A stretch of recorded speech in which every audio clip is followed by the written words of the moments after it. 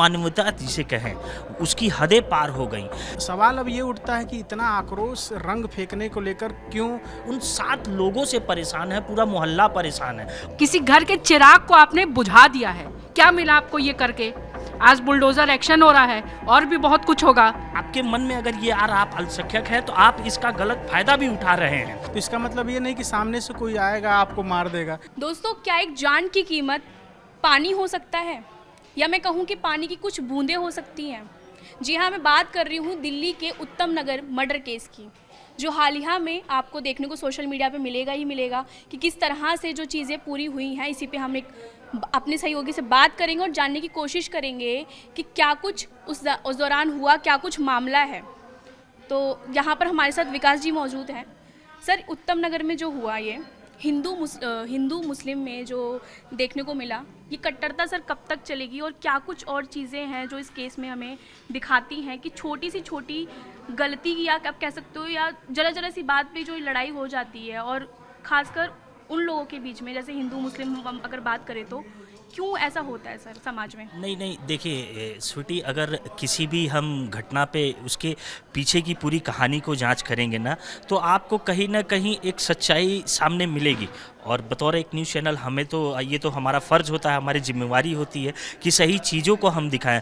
उत्तम नगर में जो घटना घटी ना, बहुत ही शर्मनाक घटना है। मतलब मानवता की हदें जो हैं, अमानवीयता जिसे कहें उसकी हदें पार हो गई। एक छोटी सी बच्ची होली के दिन छत से अपने पिता के ऊपर बैलून फेंकती है। बैलून, और उस बैलून में रंग नहीं था, पानी ही भरा हुआ था। उसने फेंका, उनके ऊपर बैलून फूटता है और बगल से गुजर रही एक महिला, दूसरे समुदाय की महिला थी, उनके ऊपर छींटा चला जाता है।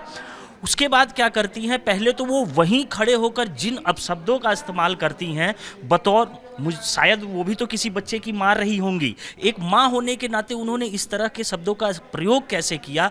उसके बाद वहीं खड़े होकर वो जात के अपने ही परिवार के उस पूरे मोहल्ले में ना, ये जो निजामुद्दीन का परिवार है, कुल 7 मकान हैं उनके, लेकिन जो स्थानीय लोग हैं ना वो उन 7 लोगों से परेशान है, पूरा मोहल्ला परेशान है। और परेशान इसलिए है ना क्योंकि एक चीज़ आप देखिए कि आप जिस मोहल्ले में हैं वहाँ अधिकांश हिंदू परिवार रहता है और ये लोग रहते हैं।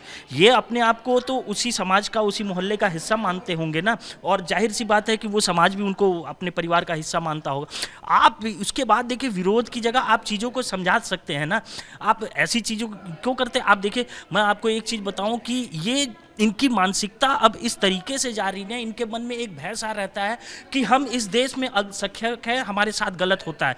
नहीं, आपके मन में अगर ये आ रहा आप अल्पसंख्यक हैं तो आप इसका गलत फ़ायदा भी उठा रहे हैं। कहीं ना कहीं ऐसी चीज़ों का आप गलत फ़ायदा उठा रहे हैं। उसका कारण मैं आपको बता दूं, आप देखेंगे, मैं एक बड़ा सिंपल सा उदाहरण देता हूं कि ये किस तरीके से गलत फ़ायदा उठाते हैं और कैसे इनका नेक्सस काम करता है। आप नोएडा में ही चले जाएंगे, सेक्टर 56 की तरफ चले जाएं या सेक्टर 57 के इंडस्ट्रियल बेल्ट में आप चले जाएं, वहाँ एक पार्क है। आपको मैं बताऊं, उस पार्क पे पहले एक व्यक्ति नमाज पढ़ता था जुम्मे के दिन, अगले फ्राइडे मैंने देखा 2 व्यक्ति पढ़ रहे हैं, फिर उसके बाद मैंने देखा 5 व्यक्ति, फिर अगले महीने मैंने 2 महीने वहाँ फॉलोअप किया था और वहाँ देखा कि फिर चटाई बिछी, फिर वहाँ पत्थर रख दिया गया, फिर उस पर एक चादर डाल दी गई, फिर वो पूरा मजार बना दिया गया। और जब नोएडा अथॉरिटी वहाँ पहुँची इसको हटाने के लिए तो हज़ारों की संख्या में वहाँ मुसलमान टोपी लगा के पहुँच आए। वो भी क्या विरोध, कहाँ से लोग, मेरठ, बागपत, बुलंदशहर, संभल, यहाँ से लोग चले आए विरोध करने के लिए नोएडा में कि जी ये हमारी पुश्तैनी ज़मीन है और यहाँ पर हमारे पीर बाबा बहुत पहले से ही यहाँ पे उनका मज़ार है। अरे भैया, नक्शे में दिखा दो, नोएडा अथॉरिटी ने नक्शा निकाला, आप नहीं दिखाए। आप इस तरीके से नहीं कर सकते। और उत्तम नगर की घटना पे हम फिर वापस आते हैं। 10 से 15 लोग उस घर में घुस गए, उस घर में उस बच्ची के साथ भी मारपीट हुई, उनके पिता के साथ भी हुई, घर वालों के साथ मारपीट हुई, तोड़ फोड़ की गई उनकी घर में। ये अधिकार आपको किसी ने नहीं दिया है। मैंने मान लिया कि आपका एक पवित्र महीना चल रहा है, इस महीने में आप लोगों को बड़ी सतर्कता से आप इबादत रखते हैं। आपकी ये इबादत कैसी है? क्या आपके खुदा ने किसी की जान लेने के लिए आपकी खुदा कहते हैं? नहीं, खुदा ने कभी ऐसा नहीं कहा है। खुदा ने कहा, आपके ही खुदा तो कहते हैं। पैगंबर ने क्या संदेश दिया? अमन और चैन का। आपके पैगंबर ने कभी भी मुझे नहीं लगता कि किसी भी धार्मिक ग्रंथ में ये लिखा हो कि आप हथियार उठाएं, आप हिंसक बने। हिंसक आप नहीं बन सकते। और सरकार की तरफ से जो कार्रवाई हुई है, जो बुलडोजर चला है, मैं कहता हूं कि पूरे हिंदुस्तान में अगर कोई भी व्यक्ति इस तरह की घटना चलाता है तो बुलडोजर नहीं, उसके घर पे मिसाइल मार देनी चाहिए। सर, जिस तरीके से आप देख सकते हैं यहाँ पर उनके जो फादर हैं उनका ये बयान आया है कि उनको फटाफट इस पे एक्शन चाहिए था, बुलडोज़र एक्शन। दिल्ली में पहली बार आपको देखने को मिलेगा दोस्तों कि दिल्ली में बुलडोज़र एक्शन हुआ है। इस पे ही हम और अपनी सहयोगी से बात करेंगे, हमारे साथ यहाँ पे पारितोष जी हैं। तो सर, दिल्ली में पहली बार बुलडोज़र एक्शन हुआ है, ये जो मामला हुआ है उत्तम नगर में, जिससे सियासत तो है ही गर्म, लेकिन कहीं ना कहीं देखना जाता है कि कट्टरता की एक और हमें निशानी देखने को मिल गई है। तो इस पर आप क्या कहेंगे सर? देखिए, बुलडोजर एक्शन इससे पहले भी हुआ है, ऐसी बात नहीं, पहली बार हुआ है। और जो रही बात एक्शन की, तो वो जो ज़मीन है, जो प्रॉपर्टी है, वो अवैध थी। प्रशासन ने बोला कि वो अवैध थी। लेकिन सवाल ये है कि होली जो रंगों का त्यौहार है, भाईचारा का त्यौहार है, हमारा समाज कहाँ जा रहा है कि इतना आक्रोश हर किसी के मन में, चाहे वो किसी भी पक्ष के लोग हों। रंग फेंका गया, क्या हुआ, या कहासुनी की वजह से, या गुस्से में छोटी सी लड़ाई, छोटी सी बहस बड़ा हो गया और किसी की मृत्यु हो गई। तो सवाल ये उठता है कि इतना आक्रोश क्यों है समाज में। अगर मैं भी घर गया था होली, मेरे भी दोस्त हैं, कुछ मुस्लिम दोस्त हैं, उनके साथ भी मैंने होली खेला था। ऐसा उनके ऊपर मैंने रंग फेंका था। ईद में मैं भी जाता हूँ, रमज़ान चल रहा, लेकिन कुछ दोस्त उन्होंने रोज़ा नहीं रखा था, तो वो मेरे साथ होली खेले भी, तो उनके ऊपर मैंने रंग फेंका। उनके घर के सामने से गया। उन्होंने, भले ही होली का त्यौहार हमारा होता है, लेकिन उन्होंने भी हमें कुछ खिलाया, हम भी अपने घर ले जाकर खिलाया। लेकिन सवाल अब ये उठता है कि इतना आक्रोश रंग फेंकने को लेकर क्यों हो गया, समाज कहाँ जा रहा है, बट गया। इस पर समाज को, हमें, आपको, सबको सोचना चाहिए कि अगर कोई बच्ची या कोई भी आपके ऊपर रंग फेंक दे रहा है, तो अगर सामने से कोई कुछ बोल रहा है, तो खासकर सर जब बात हम ये कर रहे हैं, जहाँ पर आपने ये बात करी, सोसाइटी में ये जो चीज़ें हो रही हैं इतनी, अगर आप कलर, कोई बड़ा आदमी या कोई बड़ा व्यक्ति अगर किसी पे कलर फेंकता है तो कह सकते हैं कि आप एक वो चीज़ कि आप इतने बड़े हो गए ये गलत काम कर रहे हैं। एक छोटी सी बच्ची ने गलती कर दी। बात कलर फेंकने की नहीं है। अब मुझे लगता है कि बच्ची अगर कलर फेंक दे रही है तो इसका मतलब ये नहीं कि सामने से कोई आएगा आपको मार देगा। हाँ। मुझे लगता है कि कलर फेंकने से के बाद से बहस शुरू हुई होगी, और दो पक्ष जब रहता है ना, देखिए स्वीटी, तो जब बहस होती है तो इंसान कभी कभी अपना आपा खो देता है, और आपा खोने के बाद कोई एक हाथ छोड़ दिया, सामने से कोई हाथ छोड़ दिया, इसमें लड़ाई होता है, लोग चोटिल होते हैं। उसी दौरान तरुण की हॉस्पिटल जब ले गया तो उनकी मौत हो जाती है। तो ये सवाल, तो बात ये है कि बस रंग की बात नहीं है, बात है आक्रोश की।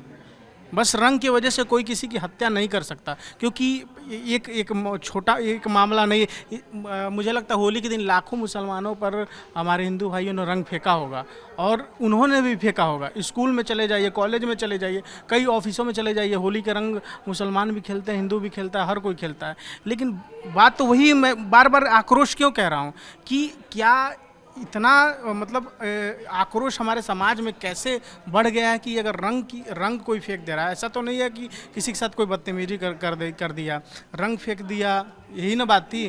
तो हो सकता है कि सामने वाला जिसके ऊपर रंग गया उसके फैमिली गाली दिया हो या लड़ाई किया हो, लेकिन फिर वही सवाल है, इन सब के बीच आक्रोश बढ़ता गया और एक तरुण चला गया। तरुण जो एक उसके घर का चिराग था वो चला गया। लेकिन अब जो बुलडोजर एक्शन हो रहा है, तो बुलडोजर एक्शन हो या कोई भी बड़ा एक्शन हो, वो जो चला गया वो तो वापस नहीं आ सकता। आक्रोश के वजह से, गुस्से के वजह से, जो लड़ाई हुई उसके वजह से, होली के दिन जो भाईचारा का त्यौहार कहा जाता है, रंगों का त्यौहार कहा जाता है, उस दिन एक लड़का जो नौजवान था अपने माता पिता का आगे चल के अभी भी मदद करता था, उनका क्या बोलते कंधा था, वो चला गया, वो आएगा नहीं ना।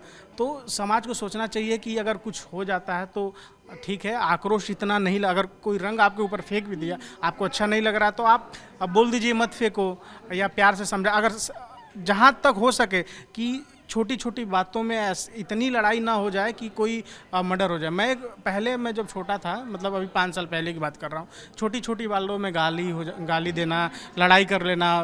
लेकिन अब धीरे धीरे मुझे समझ में आया कि हर बात में, छोटी छोटी बातों में आप लड़ाई करोगे तो क्या रह जाएगा। और खासकर हिंदुस्तान में जब हम रह रहे हैं तो उस तरह से जब हमारे हमारी देश में 100 लगभग 40 करोड़ लोग हैं, 30 से 40 करोड़ मुसलमान हैं, अलग अलग धर्मों के लोग हैं।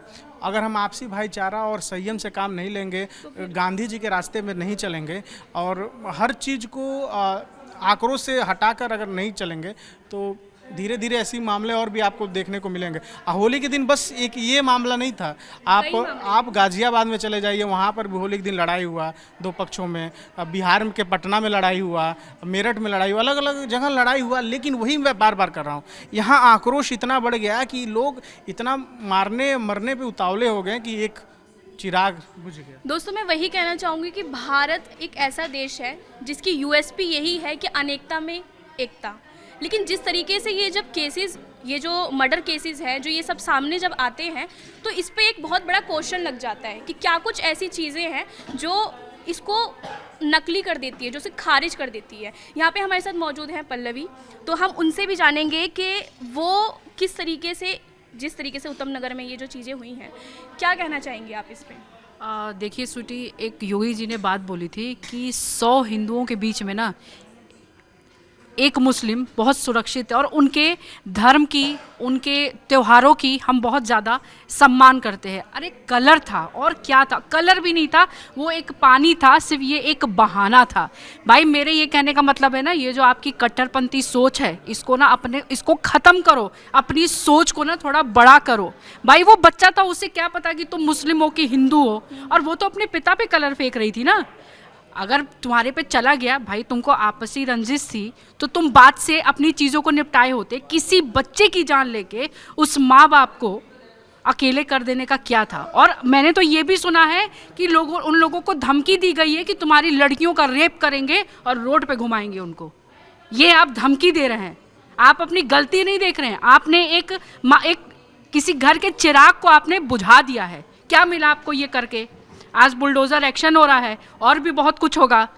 ये करके आप क्या साबित करना चाहते हैं? इससे कुछ नहीं मिलने वाला। अच्छा, अपनी सोच को बदलिए। एक चीज़ और जानना चाहूँगी, जैसे आप भी यूपी से हैं, बिलोंग करती हैं, तो आपने कभी ये देखा है कि जब होली का टाइम आता है मस्जिदों को ढक दिया जाता है और ऐसी वीडियोस बहुत वायरल होती हैं? इस पे क्या कुछ अभी यूपी में चल रहा है? मतलब इस पे भी योगी जी ने बहुत बड़ा बयान दिया था। देखिए स्वीटी, मस्जिदों को ढकने का सिर्फ एक रीज़न है कि आप कि मस्जिद पे कलर का कोई बूंद ना जाए, आपको उससे प्रॉब्लम ना हो। भाई मैंने मुस्लिमों को देखा, इतने चमक धमक आप कपड़े पहनते हैं, इतने रंगीन कपड़े पहनते हैं, और एक मानती हूँ आपका त्यौहार है, हम उसके रिस्पेक्ट करते हैं, लेकिन आप ये तो देखे होते कि किसने किया है। किसी बड़े ने किया होता, किसी बड़े इंसान ने किया होता, तो आप उस पर कुछ बोल रहे होते तो हमें समझ में आता। एक बच्चे के करने पर ये सारी चीज़ें, इतनी छोटी सोच मैं नहीं मानती। और भाई ऐसे लोगों को ना, तो मुझे तो लगता है 20 सड़क पे ख़त्म कर देना चाहिए। मैं एकदम सपोर्ट नहीं करती इस चीज़ को। सिर्फ बुलडोज़र एक्शन नहीं होना चाहिए, उससे भी बड़ा, उनके पिता को मारा, उनकी माँ को मारा। आप उनके चेहरे देखोगे ना, आपको देख के लगेगा कि भाई कितना उन्हें, एक तो ऑलरेडी वो अंदर से कितना दर्द सह रहे हैं, उसके बाद आपने उनको मारा पीटा। क्या मिला आपको ये करके? और आप धमकी दे रहे हैं कि आप लड़कियों का रेप करेंगे। तो यहाँ पर जिस तरीके से आपने देखा, उत्तम नगर सिर्फ एक इकलौता केस नहीं है। हालांकि 25 साल का एक व्यक्ति, जो अपने इकलौता व्यक्ति जो अपने परिवार को चलाता था, अपने माँ बाप का बहुत ज़्यादा लाडला था, उसका ऐसे जाना बहुत बड़ा एक घटना को दिखाता है। तो यहाँ पे मेरे साथ तरुण भी मौजूद हैं, हम उनसे भी बात जानेंगे। उत्तम नगर की हम बात कर रहे हैं सर, हत्याकांड जो अभी हुआ है हाल ही में, इस पर आप क्या सोचते हैं? क्यों समाज में इतनी कट्टरता जो है वो बढ़ती जा रही है? स्वीटी, इसका कहीं ना कहीं आप देखें तो मानसिकता का बहुत ज़्यादा प्रभाव पड़ता है। अगर देखें आजकल जो हमारे न्यू कमर्स हैं, या ये कह लीजिए न्यू बॉर्न बेबीज़ की तरह से आप कह सकते हैं, उनके अंदर सहनशीलता एकदम से ख़त्म हो चुकी है। और किसी भी चीज़ को प्रोसेस करने के लिए ना, एक तरीके से आप कहते हैं, केवल उनको एक ही तरीका दिखाई देता है हिंसा का। आप उसको कहते हैं ना, स्टेप बाय स्टेप जाते हैं तो आपके पास एक सॉल्यूशन निकल के आता है। उनके पास वो स्टेप बाय स्टेप जाने की क्षमता नहीं होती, क्योंकि आप उतने बड़े हुए ही नहीं हैं, आपने वो एक्सपीरियंस किया ही नहीं है। बस कोई ना कोई शॉर्टकट तरीके से वो फाइनल रिजल्ट पे पहुंचना चाहते हैं, और उसी का हमें ये नतीजा देखने को मिला है। क्योंकि आप एक बार बताइए कि एक 9 साल की लड़की से हाथ से गिर जाता है बलून, आपके ऊपर 4 छींटे आ जाते हैं, तो इसमें बड़ी बात क्या हो जाती है भाई? हम मानते हैं कि आपका पावन महीना चल रहा है, लेकिन इसका मतलब ये नहीं है कि आप 4 छींटे गिर जाएंगे तो किसी की जान आप ले लेंगे। क्या किसी भी इंसान की जान की कीमत केवल 4 बूंद हो सकती है पानी की? मेरे हिसाब से नहीं। और जब आप किसी इंसान को या किसी को भी आप वो चीज़ दे नहीं सकते तो आपको किसने हक दिया कि आप किसी इंसान की जान ले सकते हैं? आपको किसी ने हक नहीं दिया। और दूसरी बात, जिस तरीके से ये लोग घुसे उसके घर में, और ये दिखाता है कि उनको बस एक बहाना चाहिए था। क्योंकि देखिए हमारे भी कलीग ईद पे छुट्टी गए हैं सद्दाम, तो उनके साथ उनका भी रोज़ा था, लेकिन हमारे साथ खेल के गए ना होली उन्होंने खेली। अगर उनको परहेज होता तो वो बताते, तो क्या हम जबरन रंग लगाते? नहीं लगाते ना। तो आप अगर नहीं चाहते कि आपके ऊपर कोई रंग पड़े तो आप ठीक है, सावधानी रहती है। देखिए होली का त्यौहार हमारा भी है और मुस्लिम भी मनाते हैं, खूब अच्छा मनाते हैं, क्योंकि मेरे भी मुस्लिम दोस्त हैं, बहुत अच्छी तरीके से घुल मिल करके मनाते हैं। मेरे इतने सारे दोस्त हैं, और सद्दाम तो हमारे कलीग हैं, उन्होंने मनाया। लेकिन बात यह है मानसिकता की, केवल इस छोटे से जो कहते हैं ना कि कुछ लोगों की वजह से पूरी कौम बदनाम हो जाती है। क्योंकि यहाँ भारत में सबके लिए एक समान अधिकार दिया हुआ है। आप जिस रिलीजन में है, आप जिस त्यौहार को मनाना चाहते हैं उसको मना सकते हैं। लेकिन ये कहते हैं ना कि एक बहाना चाहिए होता है कि कुछ पुरानी रंजिश को निकालने के लिए एक तरुण नाम के लड़के को इस तरीके से मार देना, ये मानसिकता दिखाती है कि वो किस हद तक जाने को तैयार थे केवल 4 बूंद के पानी की छींटें आने पर। अगर हम कहें कि आप जो कारनामा करते हैं कि बिना मतलब आप ट्रैफिक जाम करा देते हैं, तो क्या हम भी इसी तरह से रिएक्ट करने लग जाएं? देश में अगर इसी तरह से रिएक्शन आने लगेंगे तो भाई कहाँ जाएगा देश? ये डेवलपमेंट तो होने से रहा, आप खून के बदले खून कहीं नहीं जाता है, आप एक तरफ डेड एंड पे जाकर खड़े हो जाएंगे। तो इसका कोई मतलब नहीं बनता है। आप बस प्रोसेस करिए, और जिस तरीके से आप नहीं समझ पा रहे हैं तो आपके बड़े बूढ़े हैं, बड़े बुजुर्ग हैं जो कह के जाते हैं अहिंसावादी हमारा देश है, अहिंसा पे चलेंगे। तो कुछ सोच समझ के कहा गया है ना, तभी तो कहते हैं ना कि आप जब तक गुस्से में रहेंगे आप बेस्ट डिसीजन नहीं ले पाएंगे। कभी भी गुस्से में कोई डिसीजन नहीं लेना चाहिए था। और मैं ये कह रहा हूँ कि गुस्से क्या, मुझे लगता है कि ये लोग बस एक बहाना ढूंढ रहे थे। जिस तरीके से विकास जी ने बताया कि इस मोहल्ले में 7 ऐसे घर हैं जिन्होंने पूरे मोहल्ले के नाक में दम कर रखा है, तो कहीं ना कहीं ये इन्होंने प्लानिंग बनाई हुई है। आप देखिए 20 से 25 लोग कहाँ से अचानक से, अब वो बंदा वहाँ पे था भी नहीं, उसके बाद फ़ोन करके बताया गया कि भाई यहाँ पर तेरे घर पे ऐसे ऐसे झगड़ा हो रहा है। तो वो आता है बिना किसी तैयारी के, क्योंकि उसको नहीं पता था कि भाई उसकी जान जोखिम में है, इतना ज़्यादा मामला बढ़ जाएगा। तो आप जिस चीज़ को बातचीत से सुलझा सकते थे, आपने उसको इतना बड़ा कर दिया। और जैसा पारितोष ने कहा कि आक्रोश इतना बढ़ गया कि आपने किसी एक इंसान की जान ले ली। जान की कीमत क्या लगाएंगे आप? अनमोल होती है। आप ना किसी को, आप उससे पूछिए ना जिसने अपना बेटा खोया है, जिसने अपना चाचा खोया।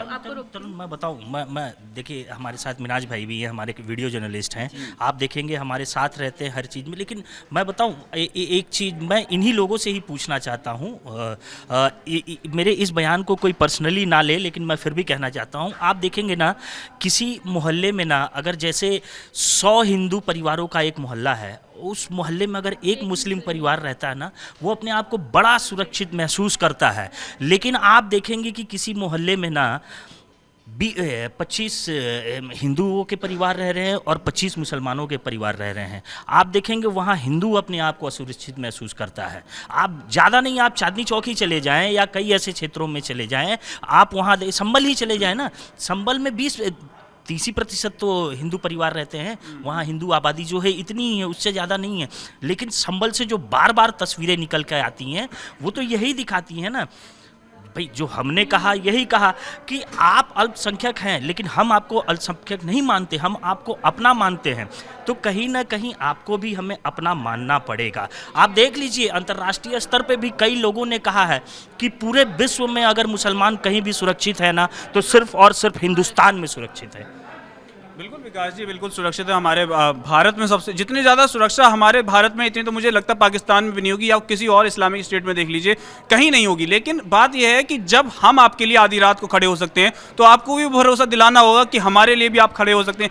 लेकिन वो भरोसा आप दिलाते ही नहीं, एक तरफ से एक तरीके से नहीं चलता। अगर हम बोल रहे हैं कि आप माइनॉरिटी में, कोई चिंता नहीं है, आपके लिए हम खड़े हैं, लेकिन आप क्या करते हैं, हम माइनॉरिटी में, हम अपना हक का इस्तेमाल करेंगे और आपको दबाने की कोशिश, ये नहीं चलता है। आपको दोनों तरफ से कम्युनिकेट करना होगा और दोनों तरफ से कदम उठाने होते हैं, तब जाकर के हमारा जो संविधान है और जो हमारा देश है डाइवर्सिफाइड, इसीलिए कहा जाता है कि सबके लिए हमारा भारत जो है खुला है। और इसी तरीके से कहा जाता है कि हम सभी हिंदू, मुस्लिम, सिख, ईसाई सब आपस में भाई भाई। इस चीज़ को हम कहीं ना कहीं सिर्फ एक तरफ से निभा रहे हैं, दूसरी तरफ से नहीं निभाई जा रही है।